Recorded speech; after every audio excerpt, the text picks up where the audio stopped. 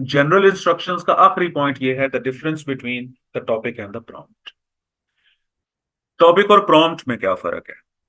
देखो, टॉपिक होता है जो आपके सामने लिखा है। ये देखो, 2016 का ये टॉपिक है एक ऐसे का, फ्राइल्टी डायनेमिज वुमेन।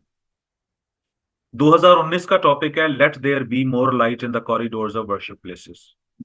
और 2023 का एक टॉपिक है, online learning is not only convenient but often more effective than traditional classroom instruction.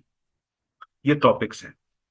अब अगर मैंने टॉपिक के ऊपर ऐसे लिखना है तो फिर जो कह रहा है वही लिखो। फिर इसके ऊपर रिस्पॉन्स देने की क्या जरूरत है? औरत अगर कमजोरी, फ्राइल्टी द नेम इज वुमेन, औरत कमजोरी का नाम है, वीकनेस का नाम है, तो लिखो कि औरत जो है वो फसाद की जड़ है। वीकनेस है उसके अंदर, कोई क्वालिटी नहीं है, दुनिया में तबाहियां फैला दी उसने। फिर ऐसा स्टांस उठाओ, उठाओगे?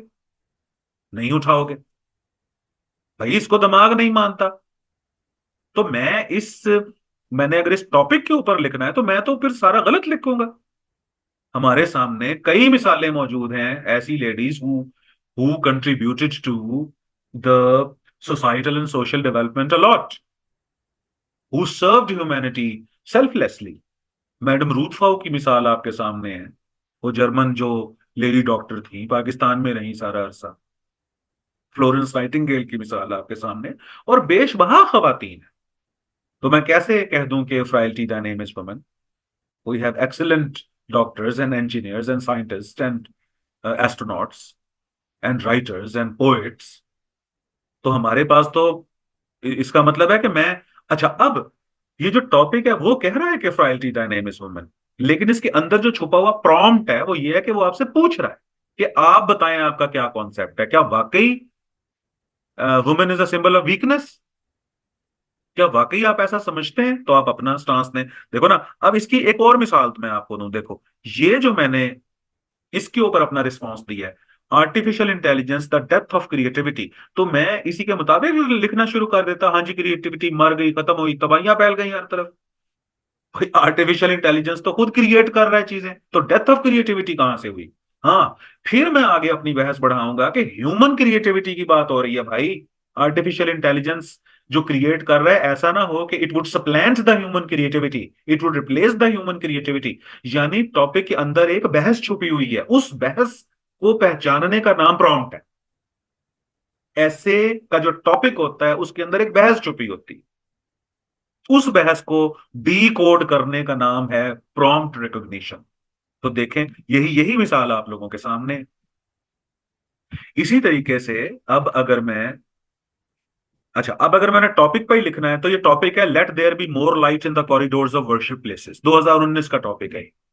तो क्या, अगर मैंने टॉपिक पे ऐसे लिखना है तो क्या मैं ये लिखूं कि वर्शिप प्लेसेस जो है उनकी कितनी किस्में होती हैं, चर्चेज भी हैं, मॉस्क्स भी हैं, स्टूपास भी हैं, मोनेस्ट्रीज भी हैं। फिर मैं उनके आर्किटेक्चरल डिजाइन के ऊपर बात करूं।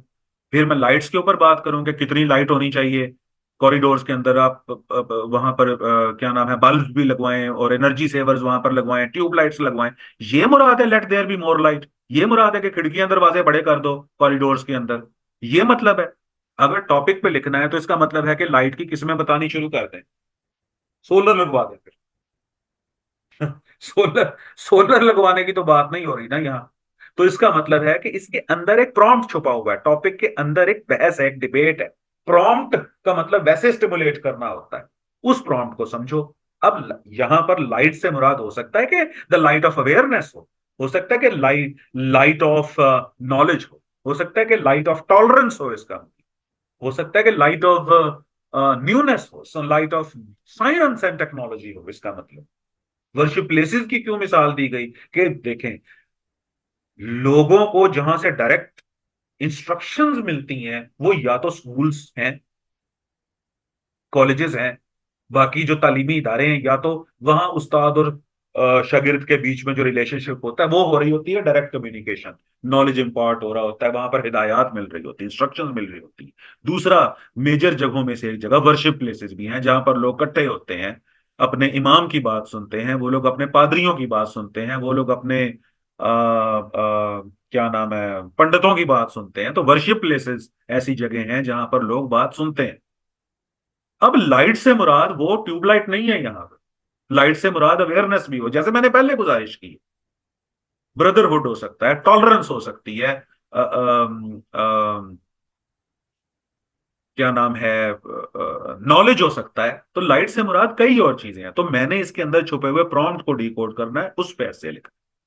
अच्छा, तीसरे नंबर पे अगर आप देखो तो ये लिखा है, online learning is not only convenient but often more effective than traditional classroom instruction. अब देखो बेटे, बात सुन।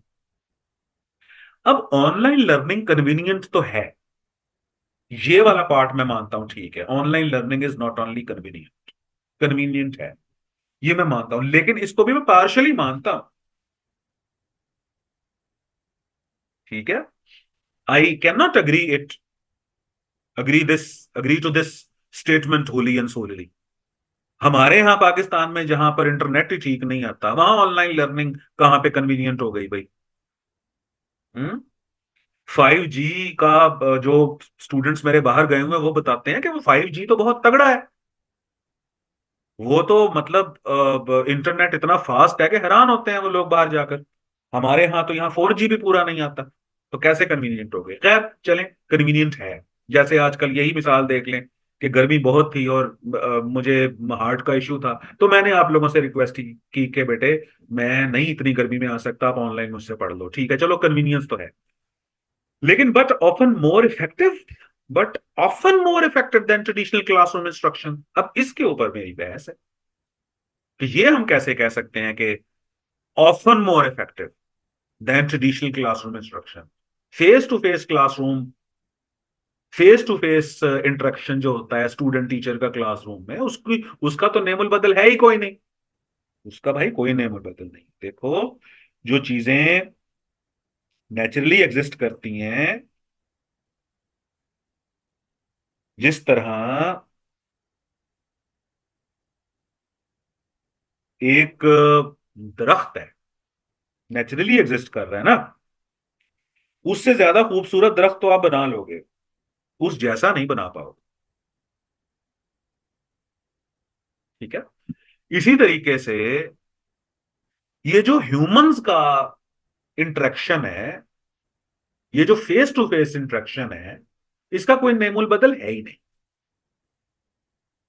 शायद आज से कोई 10-15 साल बाद ये मेरी बात गलत हो जाए, लेकिन अब तक मेरी हम्बल ओपिनियन में ट्रेडिशनल क्लासरूम इंस्ट्रक्शन जो है उसको रिप्लेस कोई चीज नहीं कर सकती।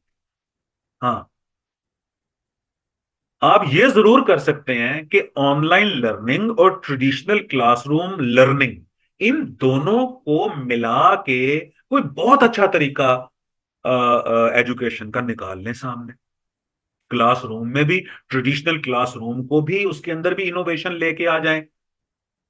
और जो ऑनलाइन लर्निंग में जो सहूलियत हमें मौजूद होती है, जैसे हमें सॉफ्ट कॉपीज मिल जाती हैं, तो आप ट्रेडिशनल क्लासरूम को और ऑनलाइन जो लर्निंग है उसके अंदर जो क्वालिटीज हैं, दोनों क्वालिटीज को इकट्ठा करके मोर इफेक्टिव बना दें एजुकेशन को। ये हो सकता है। अब ये मेरे दिमाग में इसका एक कॉन्सेप्ट बन रहा है, मैं इस स्टेटमेंट के हक में नहीं।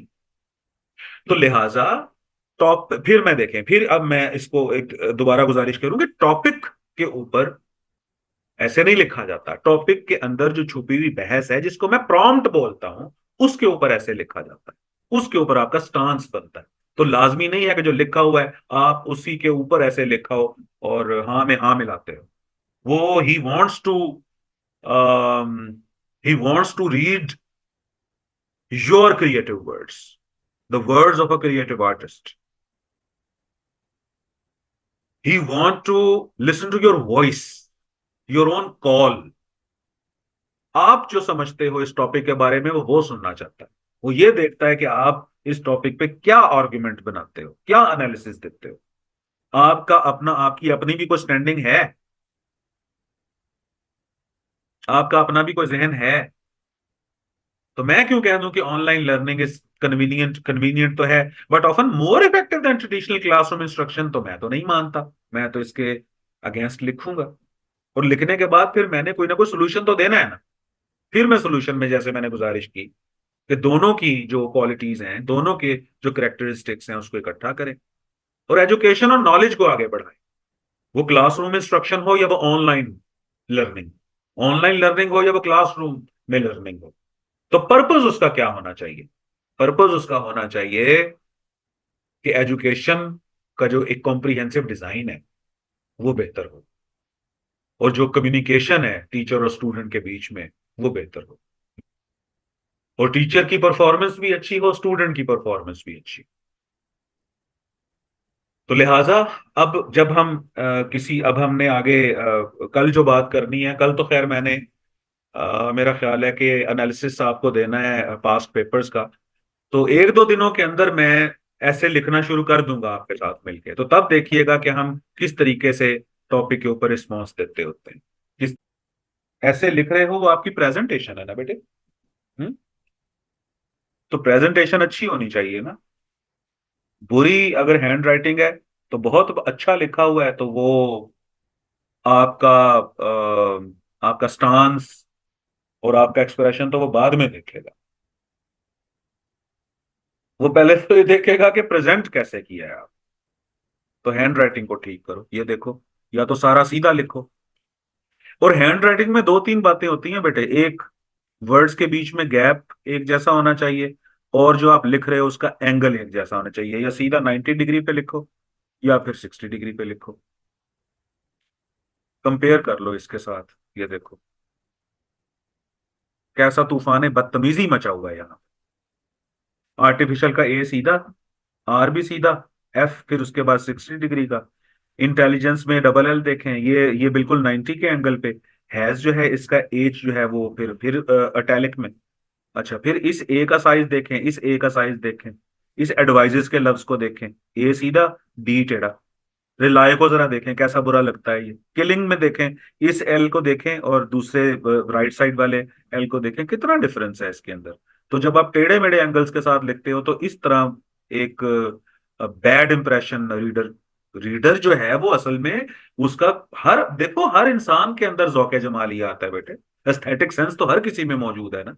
तो गंदी रिप्रेजेंटेशन करोगे तो तुमने बहुत अच्छा भी लिखा होगा, आपका स्टांस बड़ा तगड़ा होगा तो इफेक्ट होगा उसके ऊपर। और मजे की बात यह है कि एक नॉर्मल सी स्टांस हो, कोई बहुत हाई फाई स्टांस ना भी हो, और बहुत अच्छा प्रेजेंट किया गया हो, तो वो रिवार्ड ले जाता होता है। तो ये एक, फिर देखें गैप्स को देखें यहाँ पर, ये इन दोनों लफ्जों के बीच में देखें, इन लफ्जों के बीच में देखें, गैप्स भी डिफरेंट है। तो जो जब आप इस किस्म का डॉक्यूमेंट उसके सामने लेके जाते हो तो उसका जो मूड जो आप खराब करते हो, जो उसके, जो आप उसकी एस्थेटिक टेस्ट के ऊपर हिट करते हो, तो फिर वो नंबर भी खींच के देता है। तो हैंड राइटिंग ठीक करो अपनी।